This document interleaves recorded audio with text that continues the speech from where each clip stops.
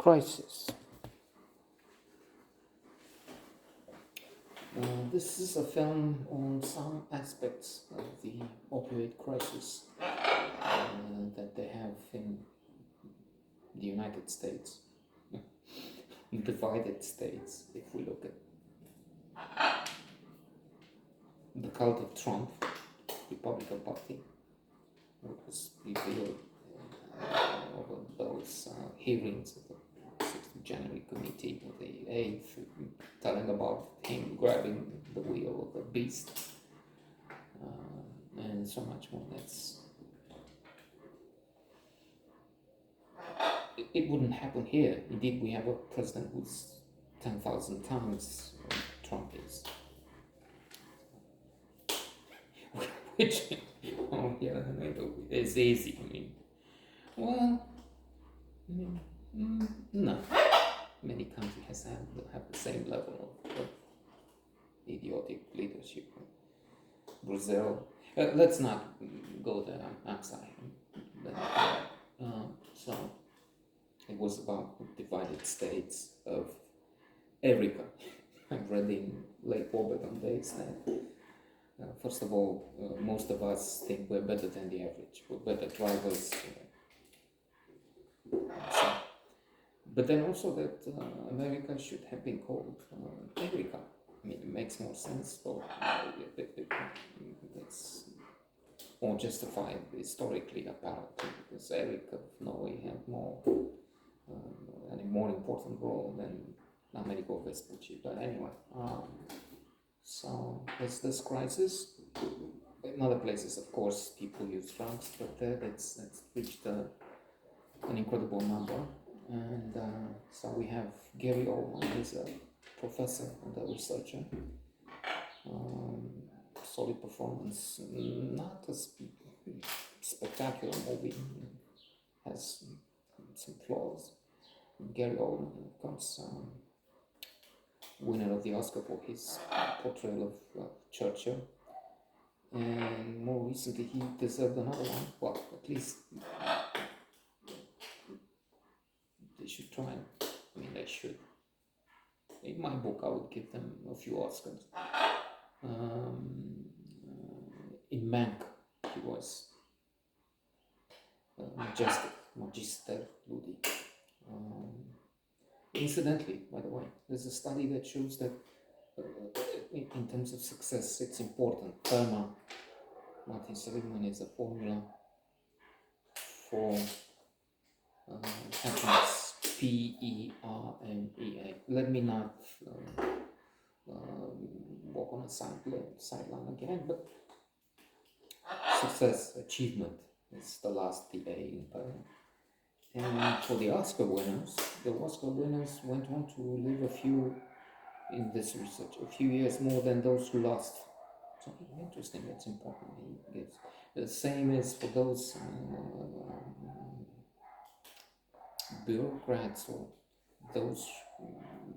There is this reflected in life expectancy somehow. Returning, so he's this professor researcher, and he's in charge with a study to look at a new drug in the market, and it's not good. The lab rats. Maybe if I find that I have a minute left at the end, I'll tell you the joke. Maybe lab rats. At the end, it will work because there's nobody there then. Statistics show in 10 seconds they're gone. Most viewers anyway. The few there are. But that's the way it should be. I mean, we're not exactly giving you the secret of life here. So we're just making it fun.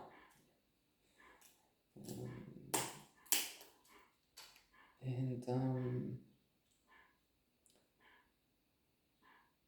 the company, pharma companies, putting pressure.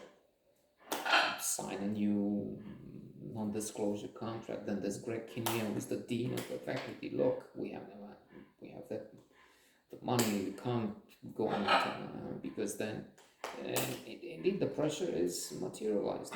It is cornered. Gary Oldman, the professor researcher. Now, parallel, we have the other side of the drug business. Fentanyl is apparently the big killer now. So they're smuggling,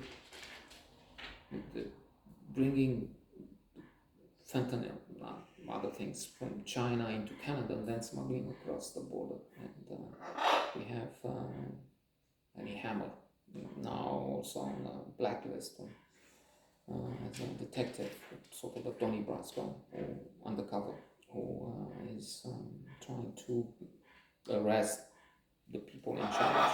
Mama is one of them in Canada, and then Clash. We know Deja Vu would be there before. What was that with Annie Hammer? Something with cannibalistic messages. Anyway, strange world. But then when I hear something like that, I think of, and I mention Intellectuals by Paul Johnson, in which we find about the strange sides of great people. Ernest Hemingway, Leo Tolstoy, Henry Gibson, Jean-Jacques Rousseau, and others. Jean-Jacques Rousseau left the children he had at the door of the orphanage at a time when 9 out of 10 would die in that situation. Let's finish with the children with lab rats. Nobody there anymore. Or the one who's left is interested for some reason, amused, likes Puccini. Lawyers that have a bad reputation in America. Alas, they're the ones with the highest rate of depression, suicide, and divorce rates. Or they were a few years ago when I came across that statistics. Not like. So there's more to say, but not enough time. We need to finish the joke. So scientists have decided to use lawyers instead of lab rats for their research. And there are 3 reasons. One, there are not enough lab rats. They die in the studying of them. 2, people get attached to rats. And 3, there are some things even rats won't do. Alas, tells a lot about the reputation.